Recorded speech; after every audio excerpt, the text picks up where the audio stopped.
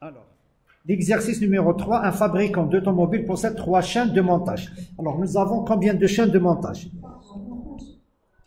M1, M2 et M3. Donc, ce sont des chaînes de montage. Ok? Ce sont des chaînes de montage. Alors, l'acier provient de 2 aciéries. C'est-à-dire que là, on a 2 aciéries. On a A1 et A2. Ce sont les aciéries qui alimentent les chaînes de montage. Les coûts de transport. On nous a donné les coûts de transport comme suit.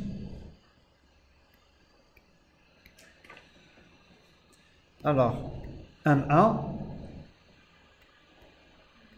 M2 et M3. A1 et A2. Alors, 9, 16, 28, 14, 29 et 19. Les besoins de production des chaînes de montage diffèrent, ainsi que les capacités de production des différentes aciéries.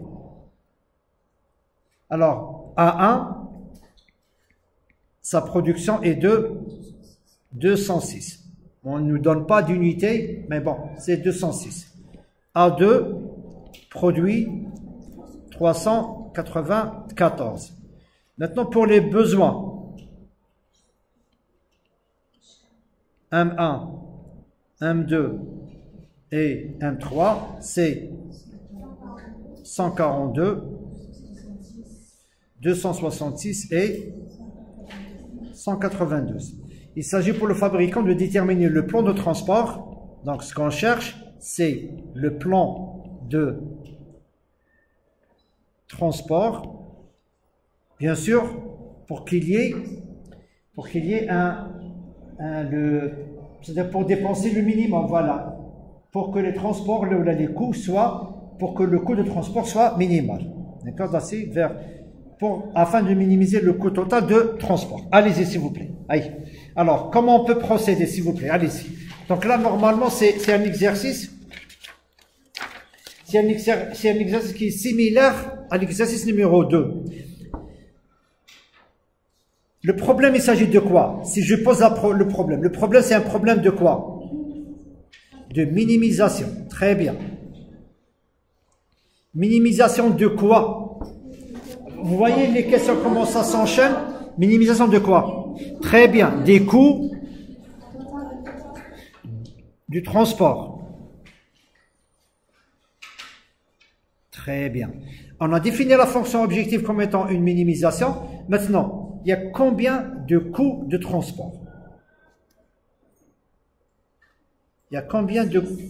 Il y a 6. Pourquoi 6? Tout simplement, nous avons A1 qui doit alimenter M1, M2 et M3. Pareil pour A2 qui doit alimenter M1, M2 et M3. Alors on va faire pareil, on va définir un X et J. On va dire X et J, c'est ma variable de décision, avec I allant de et J allant de A. Alors maintenant, c'est à vous de me le dire. I, qu'est-ce qu'il disait? La série. Donc, il prend 1 et 2. D'accord? Et J représente des chaînes de montage. Et ça prend combien? 3. D'accord? C'est bon? C'est le même exemple, c'est le même exercice, c'est le même concept, c'est la même solution. Ok? Très bien. Maintenant, si je veux écrire mon problème linéaire, ben je vais commencer par écrire, il s'agit d'une minimisation de quoi? D'une fonction objective qui est égale à, bien sûr, là, z, on va l'écrire sur la somme des SI, SI fois XI, d'accord? C'est C1, X1 plus C2, X2 plus C3. Sauf que là, nous n'avons pas X1, X2, X3. Là, on a XIJ, d'accord? XIJ avec deux indices. Pourquoi deux indices? Parce que juste pour pouvoir se repérer. Quand je dis, par exemple, quand je dis X2, 3, je sais que c'est quoi? C'est le coût de transport de la série numéro 2 vers la chaîne de montage numéro 3. D'accord? Maintenant, si on commence à écrire, qu'est-ce qu'on va écrire? On va écrire 9 X11 plus 16 plus et C2 A1 vers M1, M2 et M3 plus combien? 14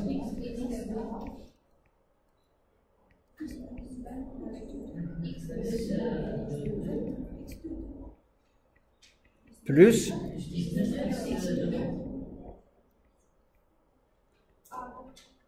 là c'est de A2 vers M1, M2 et M3. Très bien. Donc voilà pour ce qui est la fonction objectif. Elle comporte combien? 6 variables de décision. D'accord? 6 variables de décision. Une variable de décision, qu'est-ce qu'elle désigne? Eh bien, elle désigne la quantité. Ben, maintenant, on ne l'a pas encore écrit. Je vais écrire que, voilà, qu'est-ce qu'elle désigne? C'est les unités. Alors, on va l'écrire comme ça.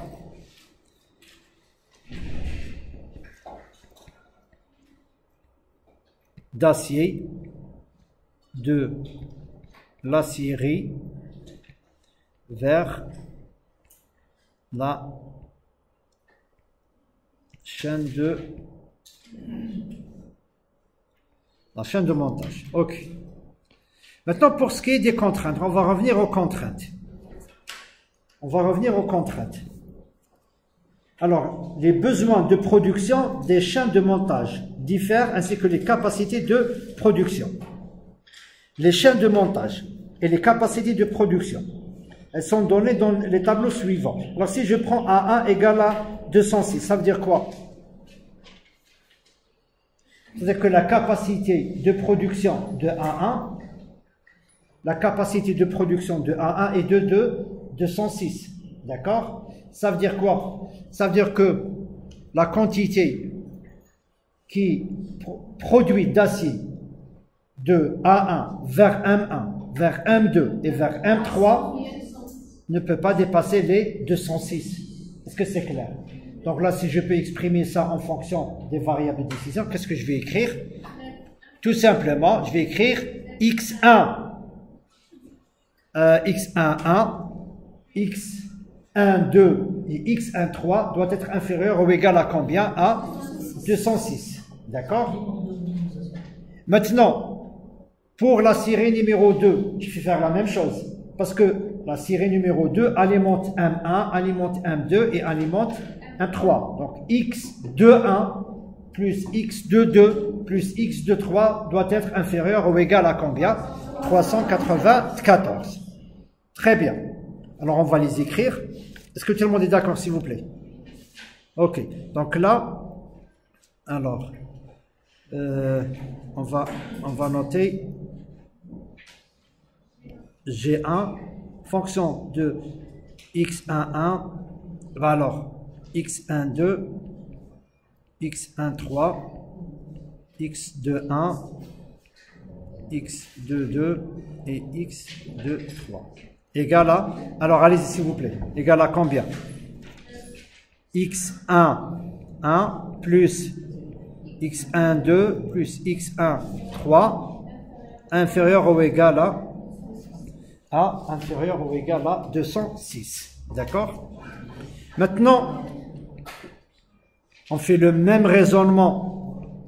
Et voilà pour la série numéro 2, X21 plus X22 plus x de 3 qui est inférieur à combien? 394. Maintenant, le raisonnement qui nous reste, il concerne les unités de montage, d'accord? Les unités de montage. Alors, les capacités de production, plutôt les besoins.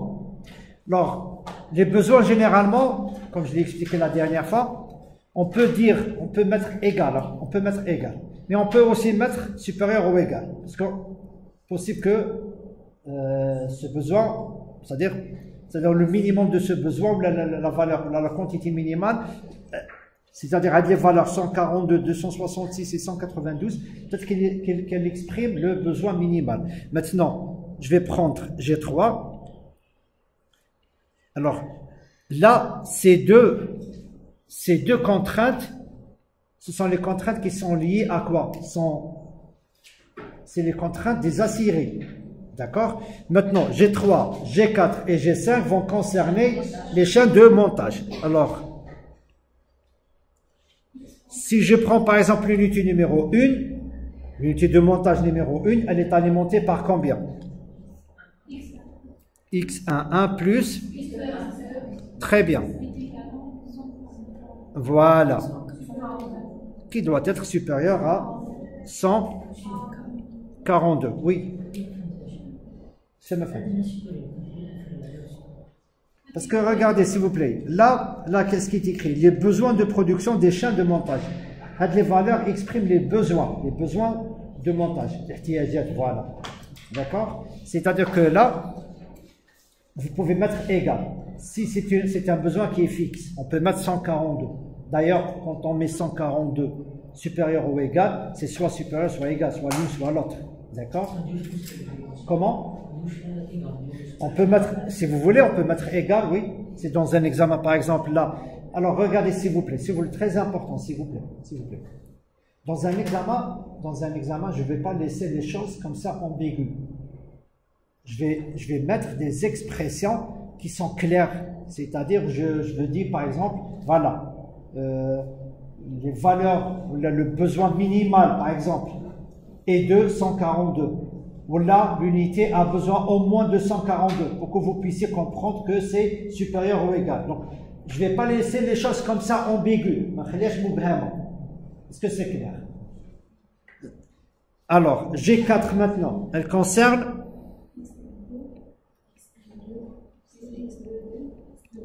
c'est toujours de l'unité 1 vers 2 et voilà, de la série 1 vers 2 et de la série 2 vers 2 qui doit être supérieur ou égal à 266. Et la dernière,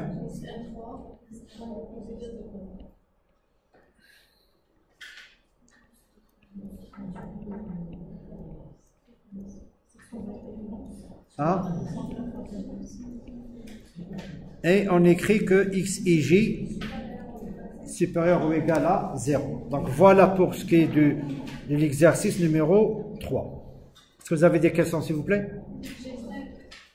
Pardon, G5, oui, pardon. Autre remarque, s'il vous plaît. C'est bon? Ok.